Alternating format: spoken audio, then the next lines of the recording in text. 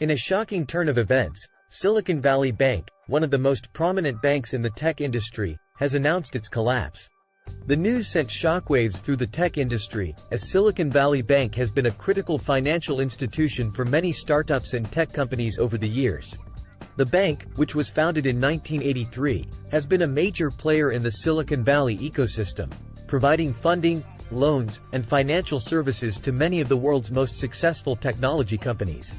According to a statement released by the bank's CEO, the collapse was caused by a combination of factors, including the economic downturn caused by the COVID-19 pandemic, increased competition from other banks, and a series of high-risk loans made to several startups that ultimately failed. The collapse of Silicon Valley Bank is a significant blow to the tech industry, as many startups and early-stage companies relied on the bank for funding and financial services. The bank's collapse could lead to a ripple effect throughout the tech industry, with many startups struggling to find alternative sources of funding and support. In the wake of the collapse, many industry experts are calling for increased regulation and oversight of the banking industry, particularly in the tech sector. Some are also urging startups and early-stage companies to be more cautious when seeking funding and to carefully vet potential investors and financial institutions before accepting funding or loans. The collapse of Silicon Valley Bank is a stark reminder of the risks and challenges facing the tech industry, particularly in the current economic climate. While the industry has long been characterized by innovation and rapid growth, it is also susceptible to sudden changes and disruptions, as evidenced by the collapse of Silicon Valley Bank.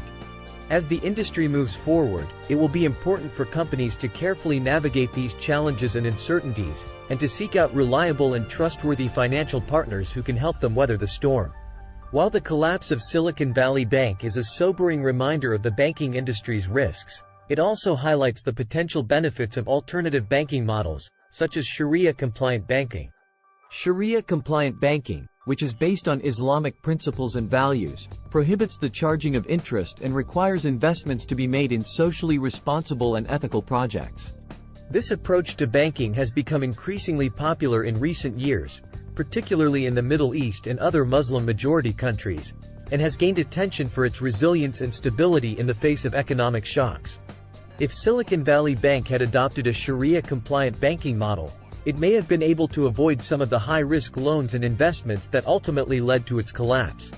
Shariah-compliant banking requires that investments be made in socially responsible and ethical projects, and prohibits investments in high-risk or speculative ventures. This approach could have helped the bank to avoid some of the high-risk loans that ultimately led to its collapse. Moreover, Shariah-compliant banking requires that investments be made in socially responsible and ethical projects, which could have helped to ensure that the bank's investments were aligned with the values and priorities of the tech industry. This could have helped the bank build stronger relationships with its clients and partners and better serve the tech ecosystem's needs. In conclusion, while the collapse of Silicon Valley Bank is undoubtedly a setback for the tech industry, it also highlights the potential benefits of alternative banking models, such as Shariah-compliant banking. By prioritizing social responsibility and ethical investments, this banking approach can help build more resilient and sustainable financial systems that better serve the needs of communities and industries worldwide. Another factor that may have contributed to the collapse of Silicon Valley Bank is fractional reserve banking, a system in which banks only keep a fraction of their deposits on hand and lend out the rest. This allows banks to earn interest on the money they lend out and is a common practice among most commercial banks. In the case of Silicon Valley Bank, the bank may have engaged in fractional reserve banking and invested a significant portion of its deposits in treasury bonds. This is not an unusual practice, as many banks invest in low-risk government bonds to earn interest on their deposits.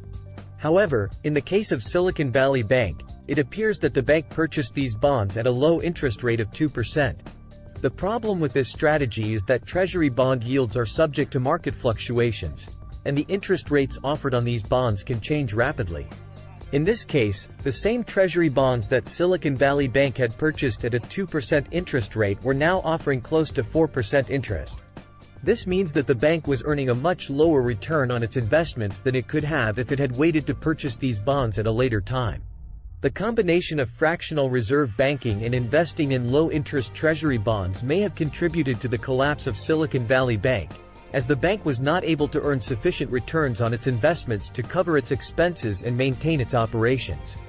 This situation highlights the importance of careful investment strategies and risk management for banks and financial institutions.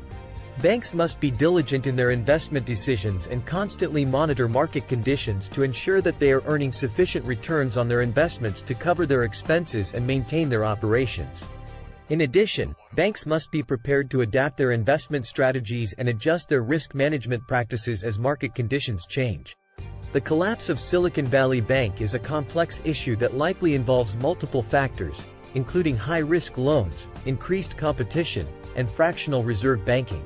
Shariah-compliant asset-backed banking is a different approach to banking that emphasizes ethical and socially responsible investments and avoids speculative or high-risk ventures. Instead of fractional reserve banking, which involves lending out a significant portion of deposits, Shariah-compliant banking is based on the principle of asset-backed financing. In asset-backed financing, banks only lend money for specific projects or investments that are backed by tangible assets or collateral. This means that the bank takes a stake in the underlying asset or project, and earns a share of the profits generated by that asset or project. For example, if a tech company needs financing for a new project, a Shariah-compliant bank would only lend money if the project was backed by a tangible asset, such as real estate or equipment, and the profits generated by that project were shared between the bank and the company.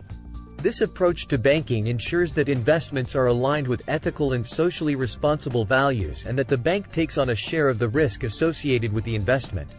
It also promotes financial stability, as banks are only investing in projects or assets that have a tangible value and are less likely to be affected by market fluctuations. In contrast, fractional reserve banking is based on the principle of lending out a significant portion of deposits, which can lead to a higher degree of risk and volatility.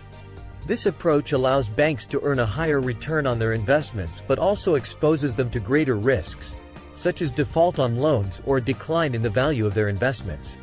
Overall, Shariah-compliant asset-backed banking offers a different approach to banking that emphasizes ethical and socially responsible investments and seeks to promote financial stability through a focus on tangible assets and risk sharing. While this approach may not be suitable for all banks or financial institutions, it offers a potential alternative to traditional banking models that may be more aligned with the needs and values of certain communities and industries. www.MuslimFin.com